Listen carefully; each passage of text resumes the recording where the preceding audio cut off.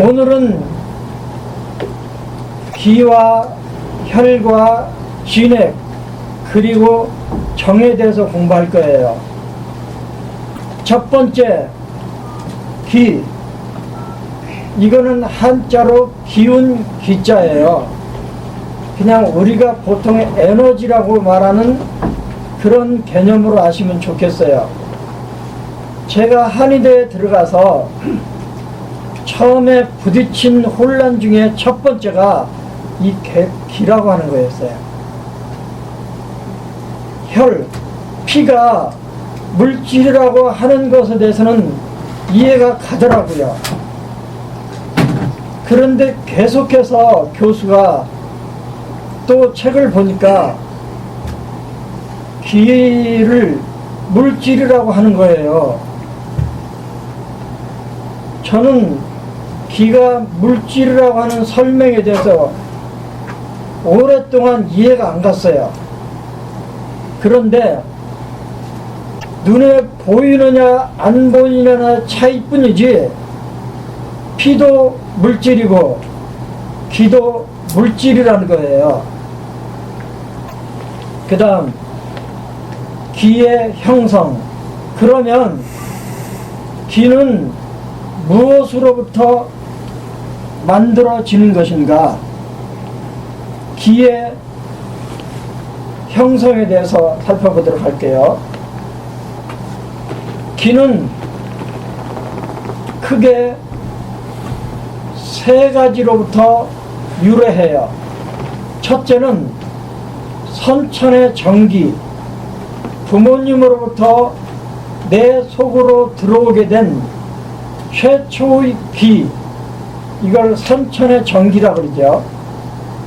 그 다음 우리가 음식물을 먹어서 섭취하게 되는 기, 이거를 수곡정미라고 그래요. 세 번째는 폐가 호흡을 통해서 공기 중에 산소를 들이마시는 것, 이걸 청기라고 그래요. 그래서 오늘 첫 번째로 다루고자 하는 기는 결국 선천의 정기와 음식물로부터 얻어지는 수곡의 정미, 호흡으로 얻어지는 청기, 맑을 청자 같아요. 이 세 가지가 기의 재료들이에요. 그 다음 기의 종류. 기가 한 가지만 있는 게 아니에요. 우리 몸 안에 있는 기를 크게 네 가지로 분류해 놓았어요. 첫 번째 원기라고 하는 거예요. 이 원기는 진기라고도 그래요. 진기. 하여간에 콩팥신에서 유래된 기는 진기라 그러고요. 콩팥신에서 유래된 음은 진음이라 그러고요. 콩팥신에서 유래된 양은 진양이라 그래요. 진양 또는 원양, 진음 또는 원음, 진기 또는 원기라 그러는데, 그런데 진기라 그러기도 하고 원기라고도 하는 이 원기는 어디에서 오는 거냐면 부모로부터 물려받은 선천의 정기인 신정이 콩팥에 저장이 돼 있어요. 이걸 신장정이라 그러죠. 그런데 신에 저장된 신정이 신의 작용에 의해서, 즉 신기의 작용에 의해서 변화를 일으켜요. 그거를 원기라 그래요. 그러니까 이 원기는 첫째는 선천의 정기에서 왔고요. 두 번째는 우리가 날마다 먹는 음식물에서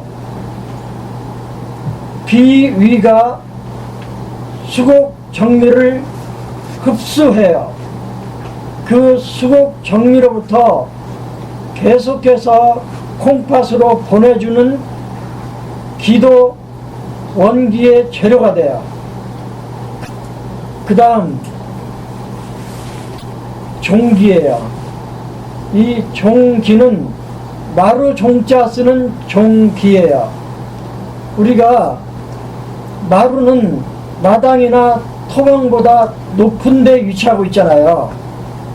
그래서 이 마루 종자 쓰는 종교라든지 종기라든지 이런 것들은 다 높은 데 있다는 뜻이에요. 그런데 종기가 위치상으로는 어디에 있느냐면 우리 몸을 상, 중, 하초로 나누었을 때 윗상자 상초에 자리 잡고 있어요. 우리가 잘 알고 있는 경혈이 전중이라 그러기도 하고 단중이라고도 그러는데요. 유두와 유두 사이에 있는 인맥경의 경혈이 전중이잖아요. 그런데 이 전중혈이 있는 곳에 종기가 자리 잡고 있어요. 그러니까 상중 하초 가운데서 가장 높은 곳에 자리를 잡고 있는 기가 종기예요. 그러면 이 종기는 어디서 유래가 되느냐면 비위는 중초에 있잖아요.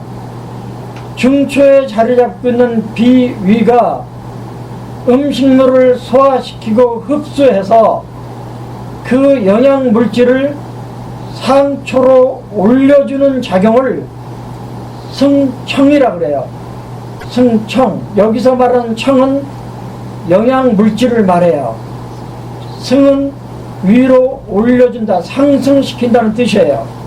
그러면 중초에서 흡수한 수곡 정미, 즉 영양 물질을 심과 폐가 있는 상초로 올려주는 작용을 비주 승청이라 그러고요. 그렇게 해서 올라온 수곡 정미하고 폐가 호흡을 통해서 받아들인 맑은 기, 청기라고 하죠. 우리식으로 말하면 산소가 많이 포함된 공기, 이 산소가 많이 포함된 공기를 청기라 그러는데요. 폐가 호흡으로 받아들인 청기와 비가 올려준 수곡 정미를 결합시켜서 만들어낸 기가 종기예요. 그러면 이 종기는 무슨 일을 하냐면 혈액순환과 호흡을 주관해요. 그러니까 한마디로 심폐 기능을 주관하는 기예요. 또 종기는 우리 몸에서 어떤 역할을 하느냐면 심장으로 들어가요. 그러면 그게 피가 되는 거예요. 그 다음에 종기가 폐로 들어가면 전신의 기를 주관하는 기가 되는 거예요. 그 다음에 세 번째, 영기라는 게 있어요. 여러분들이 영기와 유기란 말을 많이 들으셨을 거예요. 영기는 맥관 안을 흐르고 위기는 맥관 밖을 흐른다. 이런 거는 침술학 책에도 많이 나와요. 그런데 이게 어디에서 맥관 안으로 들어가느냐는 거예요. 이 연기가 맥관 안으로 들어가는 장소가 어디냐면요, 폐예요. 폐. 위기가 맥관 밖을 흐르기 시작하는 데가 어디냐면 폐예요. 그러니까요, 종기로부터 나눠진 기가 영기와 위기예요. 그렇지만 더욱 근원을 따져 올라가면 영기와 위기의 재료는 수곡정미예요. 그런데 왜 폐에서 맥관으로 들어가고 맥외로 흐르게 되는가? 폐를 배울 때 폐조 백맥이라는 용어를 한번 말씀드렸어요. 폐조 백맥이란 말은 무슨 말이냐면 혈관, 임파관, 한방에서 말하는 경맥, 이런 모든 맥을 통틀어서 백맥이라 그래요. 100가지 맥이라 그러죠. 그런데 이 100가지 맥이 모이는 곳이 어디냐면 폐예요. 이 조자는 모인다는 뜻이에요. 그래서 수템 폐경이 지나가는 요골동맥에서 우리가 맥을 보는 이유도 모든 맥이 폐로 모이기 때문에 촌구맥에서 맥진을 하는 거예요.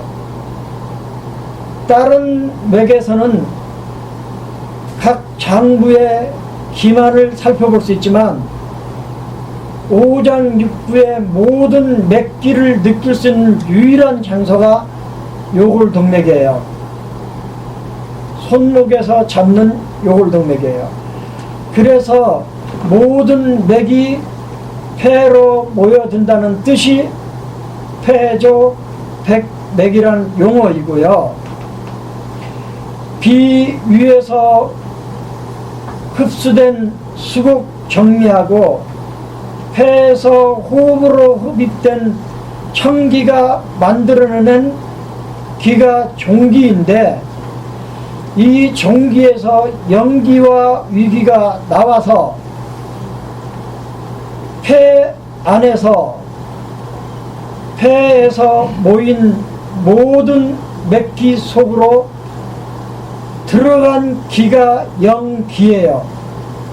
그리고 그 맥관 밖을 흐르는 기가 위기예요. 그러면 이 연기는 어떠한 작용이 있는가?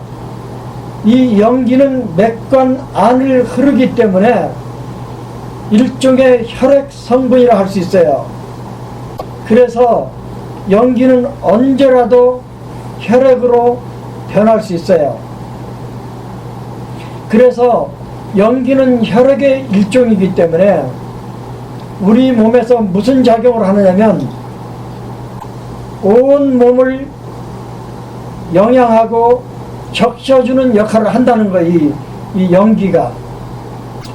그 다음에 네 번째, 위기.